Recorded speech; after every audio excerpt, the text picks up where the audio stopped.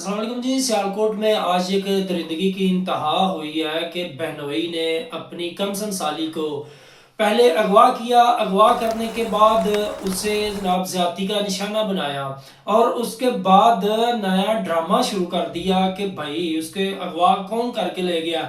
अपनी फैमिली के साथ मिलकर उसको ढूंढने भी लग गया था कि पता नहीं कौन उसे अगवा करके ले गया, कहाँ चली गई, किधर गई।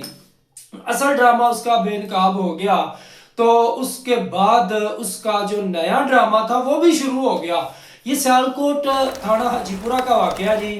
फतेहगढ़ का ये दरिंदा है, सिर्फ शख्स है जो अपनी कम संसाली को अगवा करके जो है ना वो ले जाता है, किसी मुकाम पे ले जाता है। मुकाम पे लेके जाने के बाद क्या करता है कि उसके साथ ज्यादती करना शुरू कर देता है। जैसे ज्यादती करता है तो उसके बाद जब घर वाले तलाश करना शुरू कर देते हैं तो फिर ये भी उनके साथ ढूंढना शुरू कर देता है। परेशान हो जाता है कि जनाब मेरी छोटी साली गई तो गई कहाँ पे, कहाँ चली गई। उनके साथ इस तरह ड्रामा रचाता है कि जैसे पता नहीं इसको कितनी तकलीफ है, कितना दर्द है इसको अपनी साली का गुम होने का, कि मेरी छोटी साली गई तो गई कहाँ पे। लेकिन जैसे ही पुलिस को भी इतला मिलती है, पुलिस उसका रवैया जब चेक करती है, जनाब SHO थाना हाजीपुरा गाजी अब्दुल रज़ाक साहब जो है वो पहले ही दबंग ऑफिसर है माशाल्लाह। उन्होंने अपना जदीद टेक्नोलॉजी जब इस्तेमाल की ना तो उसके बाद उससे जनाब शामिल तफ्तीश जब किया ना तो वो सारा कुछ मान गया कि मैंने ही अपनी साली को अगवा किया।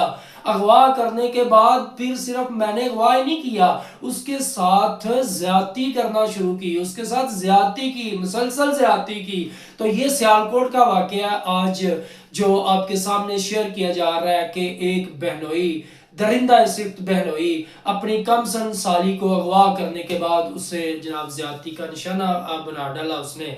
और अब्दुल रज़ाक साहब SHO ने हाजीपुरा थाना ने उसे जनाब पकड़ लिया। अब देखें उसके साथ क्या होता है, कानून क्या इंसाफ देता है। मेरी देखने वालों को एक मैसेज भी है, ये जरा सुन ले ये भी, कि ऐसे लोगों को इबरत का निशान बनाना चाहिए। मेरी अदारों से भी दरख्वास्त है, ऐसे इंसान को इबरत का निशान बनाना चाहिए।